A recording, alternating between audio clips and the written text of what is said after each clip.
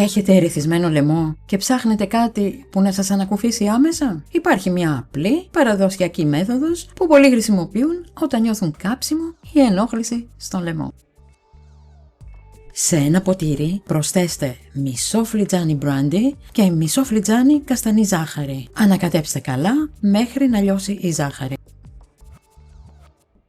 Στη συνέχεια, καταναλώστε το μείγμα σιγά σιγά, ώστε να έρθει σε επαφή με τον λαιμό. Το μπράντι μπορεί να προσφέρει μια αίσθηση ανακούφισης, ενώ το μείγμα γίνεται πιο ήπιο και ευχάριστο στη γεύση. Προσοχή όμως, η κατανάλωση αλκοόλ πρέπει να γίνεται με μέτρο. Δεν ενδείκνυται για παιδιά ή άτομα που πρέπει να το αποφεύγουν. Αν τα συμπτώματα επιμένουν, συμβουλευτείτε έναν ειδικό. Αν θέλετε να παραγγείλετε κάποιο από τα προϊόντα που αναφέρονται σε αυτό το βίντεο, θα βρείτε τους σχετικούς συνδέσμους από κάτω. Στο κανάλι μας υπάρχουν αρκετά βίντεο για τον πονόλαιμο και αν σας ενδιαφέρουν, οι σχετικοί σύνδεσμοι βρίσκονται στην περιγραφή. Μην παραλείψετε επίσης να δείτε και τα προτινόμενα βίντεο που ακολουθούν.